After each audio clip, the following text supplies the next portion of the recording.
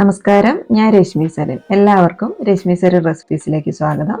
ഇന്നൊരു സിമ്പിൾ വൻപയർ മെഴുക്ക് വരട്ടീൻ്റെ അല്ലെങ്കിൽ വൻപയർ ഉലർത്തിൻ്റെ റെസിപ്പിയാണ് ഞാൻ ഷെയർ ചെയ്യുന്നത്. അതിനായിട്ട് ഞാനിവിടെ 1 കപ്പ് വൻപയർ എടുത്തിട്ടുണ്ട്. 1 കപ്പ് എന്ന് പറയുമ്പോൾ 200 ഗ്രാം പയറുണ്ടാകും. ഇത് 6 മുതൽ 8 മണിക്കൂർ വരെ ഒന്ന് വെള്ളത്തിലിട്ടിട്ട് കുതിരാനായിട്ട് മാറ്റി വെക്കുക. കുതിർന്ന് കഴിയുമ്പോൾ ഇതിൻ്റെ അളവിൽ കുറച്ച് കൂടുതലുണ്ടാകും. നമ്മൾ പയർ പെട്ടെന്ന് വെന്ത് കിട്ടുന്നതിന് വേണ്ടിയിട്ട് മാത്രമല്ല പയർ കുതിർത്തി വെക്കുന്നത്. പയറിലുള്ള ഫൈറ്റിക് ആസിഡൊക്കെ വെള്ളത്തിൽ അലിഞ്ഞു പോയിട്ട് നമ്മുടെ ശരീരത്തിൽ ഇരുമ്പിൻ്റെ ആഗിരണം നടക്കാൻ വേണ്ടിയിട്ടും കൂടിയാണ് പയറൊക്കെ കുതിർത്തി വെക്കുന്നത്. കുതിർത്തിയെടുത്ത പയറിനെ വേവിച്ചെടുക്കാം. അതിനായിട്ട് കുക്കറിലേക്ക് ഇട്ട് കൊടുക്കാം. കുക്കറിൽ വേവിച്ചെടുക്കുന്നതുകൊണ്ട് ഉപ്പ് ഈ സമയത്ത് തന്നെ ചേർത്ത് കൊടുക്കാം. പയറിന് പെട്ടെന്ന് ഉപ്പ് പിടിക്കും. അതുകൊണ്ട് 1/4 ടീസ്പൂൺ ഉപ്പ് മാത്രമേ ഈ സമയത്ത് ചേർത്ത് കൊടുത്താൽ മതി.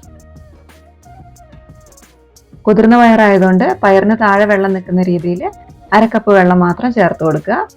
ഇനി ഇതെല്ലാം കൂടെ നന്നായിട്ടൊന്ന് ഇളക്കി യോജിപ്പിച്ചതിന് ശേഷം കുക്കറിൻ്റെ അടപ്പടച്ച് ഫുൾ ഫ്ലെയിമിൽ 1 വിസിൽ വരുന്നത് വരെ വേവിച്ചെടുക്കുക. ചെറിയ കുക്കറാണ് എടുക്കുന്നതെങ്കിൽ 1 വിസിൽ കൊണ്ട് തന്നെ പയർ നന്നായിട്ട് വെന്ത് കിട്ടും. ഇനി 5 ലിറ്ററിൻ്റെ കുക്കറാണ് എടുക്കുന്നതെങ്കിൽ ചിലപ്പോൾ 2 വിസിലൊക്കെ വേണ്ടി വരും പയർ നന്നായിട്ട് വെന്ത് കിട്ടാൻ. ഇനി കുതിർത്തി വെക്കാതെയാണ് പയർ വേവിച്ചെടുക്കുന്നതെങ്കിൽ പയറിന് മുകളിൽ വെള്ളം വരുന്ന രീതിയിൽ 1/2 കപ്പ് വെള്ളം ഒഴിച്ചു കൊടുക്കുക. എന്നിട്ട് ലോ ഫ്ലെയിമിലൊരു 3 വിസിൽ വരെ വേവിച്ചെടുക്കുക. അപ്പോൾ പയർ നന്നായിട്ട് വെന്ത് കിട്ടും. കുക്കറിലെ പ്രഷർ മുഴുവൻ പോയതിന് ശേഷം കുക്കർ തുറന്ന് നോക്കാം. ഈ മെഴുക്കുവരട്ടിക്ക് പയർ നന്നായിട്ട് വെന്തിരിക്കണം. വേവാത്ത പയറാണെങ്കിൽ മെഴുക്കുവരട്ടി കഴിക്കാനായിട്ട് ടേസ്റ്റ് കുറവായിരിക്കും. നമ്മൾ പയറെടുത്തിട്ട് കൈകൊണ്ടൊന്ന് അമർത്തി നോക്കുമ്പോൾ നല്ല സോഫ്റ്റ് ആയിട്ട് ഇതേപോലെ അലിഞ്ഞു വരണം. വെള്ളം നന്നായിട്ട് വറ്റി വന്നിട്ടുണ്ട്. ഇനി അഥവാ വെള്ളം വറ്റി വന്നിട്ടില്ലെങ്കിൽ താളിക്കുന്ന സമയത്തൊന്ന് വറ്റിച്ചെടുത്താൽ മതി. മെഴുക്കുവരട്ടിക്ക് വേണ്ടിയിട്ട് കുറച്ച് വെളുത്തുള്ളിയും ചെറിയുള്ളിയും എടുത്തിട്ടുണ്ട്. ചെറിയുള്ളി ഒരു 10 എണ്ണം ഉണ്ട്, വെളുത്തുള്ളി ഒരു 4 എണ്ണം എടുത്തിട്ടുണ്ട്. ഇതൊന്ന് ചതച്ചെടുക്കാം. അരഞ്ഞു പോകണ്ട, ചതച്ചെടുത്താൽ മതി.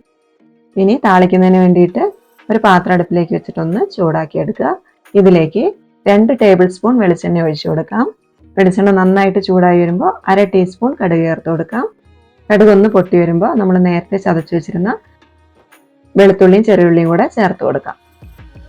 ഇതൊന്ന് എണ്ണയിലിട്ടിട്ടൊന്ന് വാട്ടിയെടുക്കുക. വാടി വരുന്ന സമയത്ത് ഇതിലേക്ക് മെഴുക്കുവരട്ടിക്ക് ആവശ്യമായിട്ടുള്ള 2.5 ടീസ്പൂൺ മുളക് ചതച്ചത് ചേർത്ത് കൊടുക്കാം. വറ്റൽമുളക് സെപ്പറേറ്റ് ചതച്ച് വെച്ചത് ഇല്ലെങ്കിൽ വെളുത്തുള്ളിയും ചെറിയുള്ളിയും ചതയ്ക്കുന്ന സമയത്ത് അതിലേക്കൊരു 4 വറ്റൽമുളക് ഇട്ടിട്ട് അതിൻ്റെ കൂടെ ഇട്ടിട്ടൊന്ന് ചതച്ചെടുത്താൽ മതി. ചതച്ച മുളക് ചേർത്തതിന് ശേഷം ഫ്ലെയിം കുറച്ച് വെച്ചിട്ട് മുളക് ഒട്ടും കരിഞ്ഞു പോകാതെ നന്നായിട്ടൊന്ന് വഴറ്റിയെടുക്കുക. മുളകിൻ്റെ പച്ചക്കുത്തലൊക്കെ ഒന്ന് മാറിയിട്ട് നല്ലൊരു മണം വരുന്നത് വരെ ഇത് എണ്ണയിലിട്ടിട്ടൊന്ന് വഴറ്റിയെടുക്കാം. മുളക് നന്നായിട്ട് മൂത്ത് വന്നിട്ടുണ്ട്. ഇനി ഇതിലേക്ക് 1/4 ടീസ്പൂൺ മഞ്ഞൾപ്പൊടിയും കൂടെ ചേർത്ത് കൊടുക്കാം. മഞ്ഞൾപ്പൊടി എണ്ണയിലിട്ടിട്ടൊന്ന് മൂപ്പിച്ചെടുക്കാം.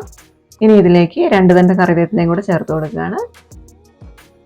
ഇതിലേക്ക് തേങ്ങയും കൂടെ ചേർക്കുന്നത് ഇഷ്ടമുള്ളവർക്ക് ഈ ഒരു സമയത്ത് 3-4 ടേബിൾ സ്പൂൺ ചിരകിയ തേങ്ങയും കൂടെ ചേർത്ത് കൊടുക്കാം.